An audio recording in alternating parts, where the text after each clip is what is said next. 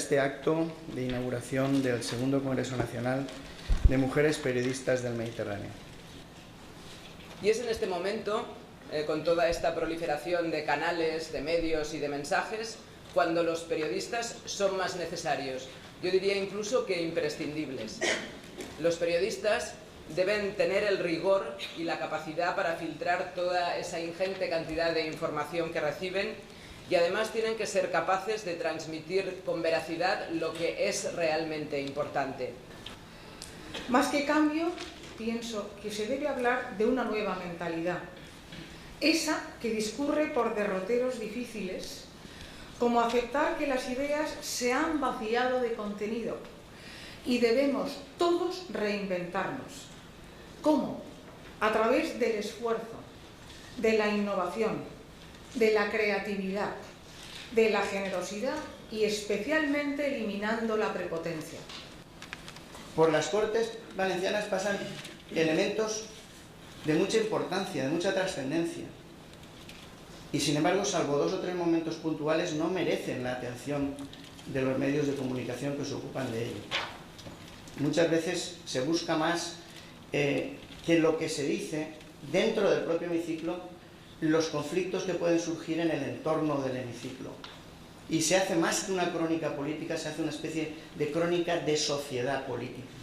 Un solo error, sea de imagen, sea verbal, sea de estrategia, puede dar al traste con toda una verdadera imagen creada durante un largo tiempo. Y es eso, la estrategia, lo más importante en la campaña electoral. Hay que saber qué transmitir, hay que saber cómo hacerlo, hay que saber dónde decirlo y sobre todo hay que tener una estrategia clara desde el principio.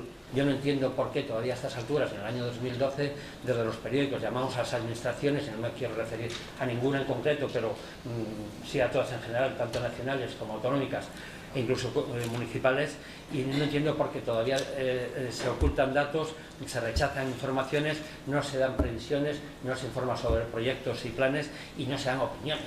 Yo creo que uno de los grandes problemas de la crisis ha sido la escasa capacidad para comunicar, ¿no? Porque la comunicación bien utilizada puede ser una forma de compartir, de involucrar a la población, a la opinión pública en las difíciles decisiones que tiene que tomar un gobierno, que nunca son fáciles y mucho menos en estos momentos con el anterior y con este gobierno, ¿no? ¿Qué necesitan los políticos para comunicar mejor con la sociedad? En mi opinión, lo primero es desear hacerlo, que quieran hacerlo, que quieran llegar de verdad, sinceramente, a la sociedad y para ello rodearse de los medios adecuados. L'ús de les xarxes socials és una ferramenta estupenda, magnífica, perquè hi hagi un major feedback entre lo que es la línea de treball dels polítics y la sensibilidad que tienen los ciudadanos de las decisiones políticas. Muchos políticos se preocupan de las personas y lo tenemos ahora en el caso de los desahucios.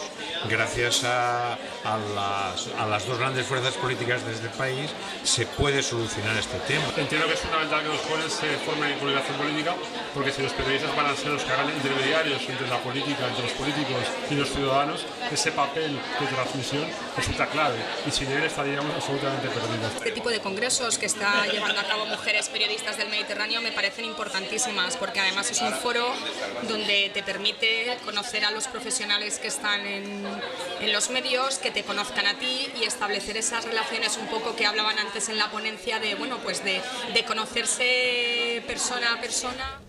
Si comunican bien nuestros políticos, pues depende. En primer lugar, comunican bien, pero no todo lo bien que pudieran. Sobre todo porque no tienen muy claro cuál es la magnitud que se pueden sacar de las herramientas 2.0 y de todo lo que llamamos Internet. El sofaactivismo, activismo de sofá. Mándale un tuit a no sé quién, mándale esta petición a no sé cuántos, y los políticos, lo vivo yo habitualmente en mi trabajo desde el otro lado, lo voy a decir, mira, que tengo 25.000 tweets diciendo que tal, muy bien, ¿eso qué representa? Pero oye, ¿y a qué hora es el corte de la tarde? ¿Cuándo entramos en la tele? Cada vez que se produce una sesión de control al presidente del gobierno valenciano o cada vez que se produce un pleno en las Cortes Valencianas, al final tenemos casi siempre los mismos elementos, los 2 o 3 nombres que todos podemos, en los que todos podemos estar pensando ahora mismo, y luego tenemos una réplica bastante torticera, en mi opinión, en la mayoría de los casos en las redes sociales. Miren, yo creo que cuanto más pequeño es un partido político, más y mejor uso le da a las redes sociales. ¿Por qué? Porque solamente tiene esa vía de acceso hacia la ciudadanía. Un partido que no tiene medios de comunicación escritos, radiofónicos y televisivos a su servicio de manera habitual, la mejor vía que tiene para llegar a los ciudadanos es hacerlo por vía red social. No veo la necesidad de tener un código deontológico, no la veo. El director de un periódico, aquí tenemos a uno, sabe que sus periodistas tienen la máxima confianza porque saben eso, constatar las fuentes, etcétera, etcétera. Eso es lo importante de un código deontológico, un trabajo profesional. ¿No? ¿Cómo se ejerce ese poder desde un medio de comunicación? Pues yo creo que se ejerce en principio con sentido de la medida, es decir, no con preocupación, no con apocamiento, pero sí con sentido de la responsabilidad, ¿no? Escribimos sobre hechos que afectan directamente a personas a las que se puede dañar o beneficiar de una forma evidente. Muchas veces esta consecuencia es inevitable y hay que hacerlo porque hay que hacerlo, y otras veces puede ser gratuito, y eso es un poco una primera reflexión que tenemos que hacer cuando, digamos, decidimos aquello de lo que nos ocupamos y cómo lo publicamos, ¿no? Hablar de ética cuando existen profesionales que están trabajando gratis, y lo repito, gratis, mediante fórmulas tan imaginativas como becas sin remuneración. Hablar de ética y de deontología profesional de los periodistas cuando ya hay empresas que recomiendan a profesionales que quieren o que queremos trabajar en ellas, que nos busquemos nuestros propios patrocinadores y que sean esos patrocinadores los que nos paguen a nosotros y además a las empresas, es el colmo. Y eso está ocurriendo hoy en día en esta comunidad y en este país que llamamos España.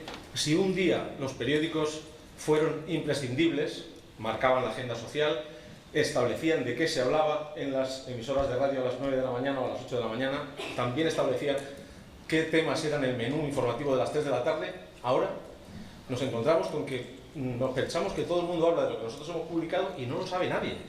No lo sabe nadie porque hay dos vidas paralelas. Hay una vida paralela ciudadana, que es la que se desenvuelve en Twitter, con millones y millones de seguidores, y una vida nuestra, casi íntima y privada, de los periódicos, que vivimos en nuestra propia burbuja. Durante la jornada de hoy hemos reflexionado sobre la desconfianza que genera el ejercicio de la política hasta convertirla en el tercer problema de los españoles después del paro y de la crisis económica. Y hemos abundado en la necesidad de superar ese alejamiento entre el ciudadano y el político y fomentar la cercanía. Nos hemos reafirmado en la necesidad de crear foros similares para debatir sobre la realidad y diagnosticar el día a día tan cambiante. Los medios de comunicación ejercen el papel de contrapoder, de vigilantes del poder, tendente a fortalecer las libertades y la democracia, es decir, la justicia. Y confianza, imagen de marca, ofrecer rigor es la diferencia entre las redes sociales y la comunicación profesional. Ya saben, es la diferencia entre estar conectado, lo decíamos también ahora, fundamental en esta sociedad, pero muy diferente a estar informado. Los políticos, que la mayoría, la inmensa mayoría, es gente de bien, son absolutamente necesarios. Están comprometidos y tienen ante sí un reto muy complicado, el más complicado de la democracia, y es justificar que son necesarios, a base de hechos, a base de palabras y a base de comportamientos. Debemos ser ejemplares, más que nunca. Debemos decir la verdad, siempre, y debemos intentar estar más próximo que nunca con los ciudadanos de cualquier territorio.